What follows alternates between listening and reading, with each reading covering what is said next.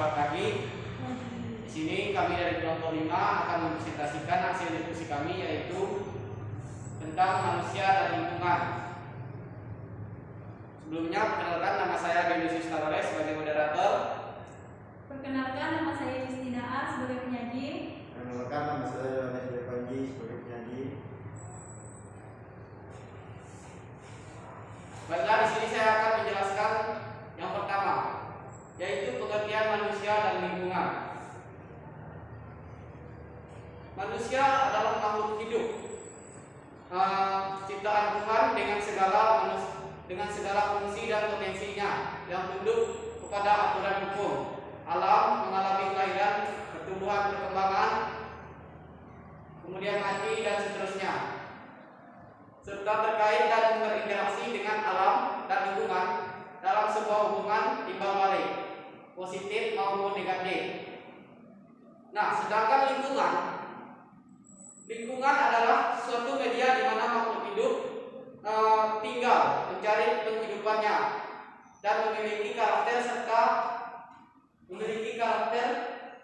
serta fungsi yang khas yang terkait secara timbal balik dengan keberadaan makhluk hidup yang menempatinya, terutama manusia yang memiliki peranan yang lebih dalam kompleks. Nah, saya ambil contoh, kita sebagai manusia tentunya ada rumah sendiri. Nah, itu merupakan salah satu contoh sebagai satu media di mana kita sebagai makhluk hidup tinggal, kemudian kita mencari makanan untuk kehidupan kita sehari-hari di penghidupannya, dan kita juga tentunya memiliki karakter serta fungsi yang khas. Kemudian yang B, korelasi antara manusia dengan lingkungan. Yang pertama, ekologi. Ekologi adalah ilmu yang mempelajari interaksi antara organisme dengan lingkungannya, dan yang lainnya berasal dari kata Yunani atau oikos, atau yang biasa disebut dengan habitat. Kemudian logos atau ilmu. Ekologi berarti ilmu yang mempelajari baik interaksi antara makhluk hidup maupun antara makhluk hidup dengan lingkungannya. Nah, istilah ekologi pertama kali dikemukakan oleh Ernest Haeckel tahun 1834 sampai 1914. Dalam ekologi, makhluk hidup dipelajari sebagai kesatuan atau sistem dengan lingkungannya. Kemudian yang kedua, lingkungan hidup manusia. Dalam Undang-Undang Nomor 23 tahun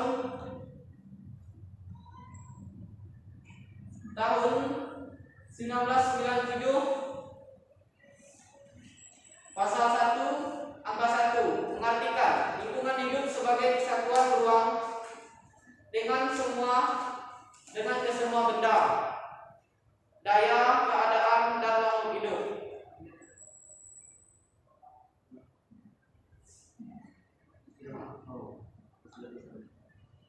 Baiklah, sekian presentasi dari saya. Kemudian akan dilanjutkan oleh saudara Panji.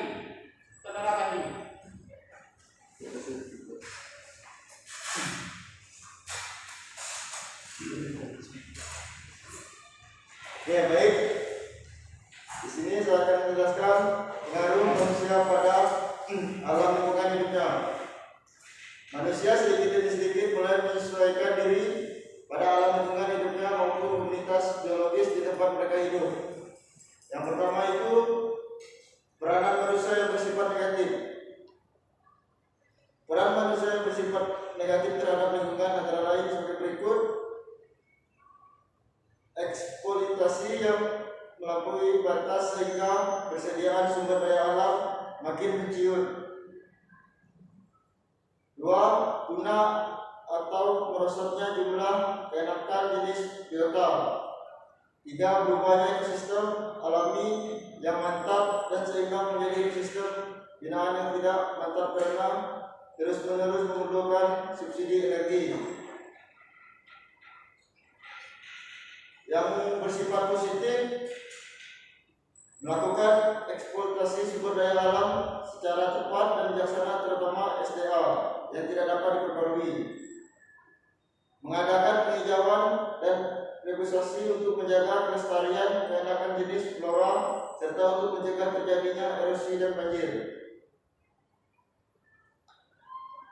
Yang D, sumber daya alam. Sumber alam digolongkan ke dalam dua bagian. Yang pertama, sumber alam yang dapat diperbarui, renewable resources, atau disebut pula sumber-sumber alam biotik. Yang kedua, sumber alam yang tidak diperbarui, non renewable resources, atau disebut pula sebagai golongan sumber alam biotik.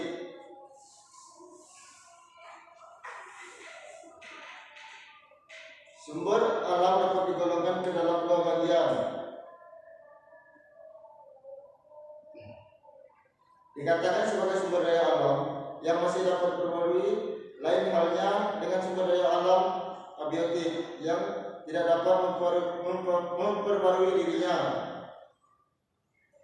Bila sumber minyak, batu bara, atau bahan-bahan lainnya telah habis digunakan manusia, maka habislah bahan-bahan tambang tersebut.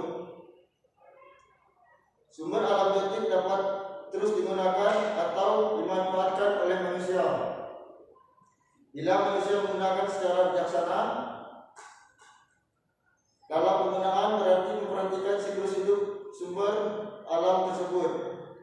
Baik, sekian dari saya. Terima kasih. Baik, terima kasih untuk Yohanes Heri. Kemudian materi selanjutnya akan dilanjutkan oleh Saudari Christina A. Saudari Christina, dipersilakan. Baiklah, di sini saya akan menjelaskan materi yang E, iptek dan kelestarian hidup. Yang pertama, pandangan baru terhadap lingkungan. Masalah lingkungan hidup sebenarnya bukan persoalan baru. Kerusakan lingkungan oleh aktivitas manusia makin meningkat, antara lain tercemarnya lingkungan oleh pestisida serta limbah industri dan transportasi.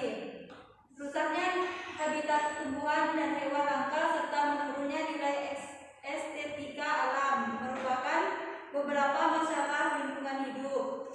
Yang kedua, dampak perkembangan dan penerapan iptek serta perubahan sosial ekonomi terhadap masalah lingkungan hidup.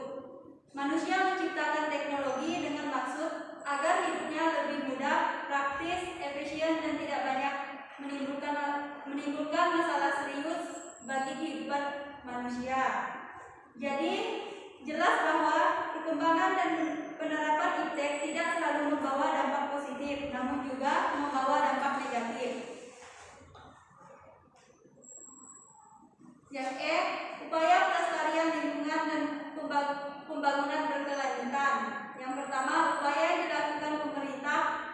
Pemerintah sebagai penanggung jawab terhadap kesejahteraan rakyatnya memiliki tanggung jawab besar dalam upaya memikirkan dan mewujudkan terbentuknya pelestarian lingkungan hidup. Yang kedua, upaya pelestarian lingkungan hidup oleh masyarakat bersama pemerintah.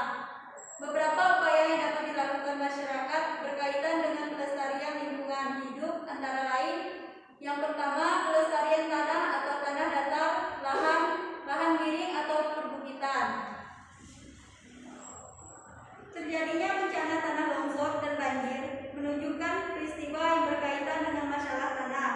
Banjir telah menyebabkan pengikisan lapisan tanah oleh aliran air yang disebut erosi, yang berdampak pada hilangnya kesuburan tanah serta terkikisnya lapisan tanah dari permukaan bumi.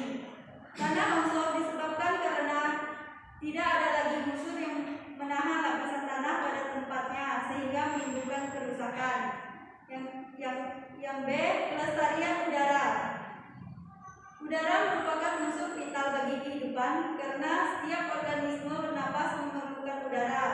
Udara yang kotor karena debu ataupun asap sisa pembakaran menyebabkan kadar oksigen berkurang. Keadaan ini sangat membahayakan bagi keberlangsungan hidup setiap organisme. Yang C. Pelestarian hutan. Eksploitasi hutan yang terus berlangsung sejak dahulu hingga kini tanpa diimbangi dengan penanaman kembali, menyebabkan kawasan hutan menjadi rusak. Upaya yang dapat dilakukan untuk melestarikan hutan: yang pertama, reboisasi atau penanaman kembali hutan yang gundul. Yang kedua, melarang pembabatan hutan secara sewenang-wenang. Yang ketiga, menerapkan sistem tebang pilih dalam menebang pohon. Yang keempat, menerapkan sistem tebang tanam dalam kegiatan penebangan hutan. Yang kelima, menerapkan sanksi yang berat bagi mereka yang melanggar ketentuan mengenai pengelolaan hutan. Yang D. Pelestarian laut dan pantai. Seperti halnya hutan, laut juga sebagai sumber daya alam potensial. Kerusakan biota laut dan pantai banyak disebabkan karena ulah manusia. Pengambilan pasir pantai, karang di laut, perusakan hutan bakau merupakan kegiatan-kegiatan manusia yang mengancam pelestarian laut dan pantai. Yang E. Pelestarian flora dan fauna. Kehidupan di bumi merupakan sistem ketergantungan antara manusia, hewan, tumbuhan, dan alam sekitarnya. Terputusnya salah satu mata rantai dari sistem tersebut akan mengakibatkan gangguan dalam kehidupan. Baik, sekian dari saya. Terima kasih. Baik, terima kasih Insinyur A. Kami akan membacakan kesimpulan. Manusia bertindak sosial dengan cara memanfaatkan alam dan lingkungan untuk menyempurnakan serta meningkatkan kesejahteraan hidupnya demi kelangsungan hidup. Sejenisnya, manusia mempunyai pengaruh penting dalam kelangsungan ekosistem serta habitat manusia itu sendiri. Tindakan-tindakan yang diambil atau kebijakan-kebijakan tentang hubungan dengan lingkungan berpengaruh bagi lingkungan dan manusia itu sendiri. Kemampuan kita untuk menyadari hal tersebut akan menentukan bagaimana hubungan kita sebagai manusia dan lingkungan. Hal ini memerlukan pembiasaan diri yang dapat membuat kita menyadari hubungan manusia dengan lingkungan. Manusia memiliki tugas untuk menjaga lingkungan demi menjaga kelangsungan hidup manusia. Maka demi menjaga kelangsungan hidup manusia itu sendiri di masa akan datang. Baik, sekian presentasi dari kami.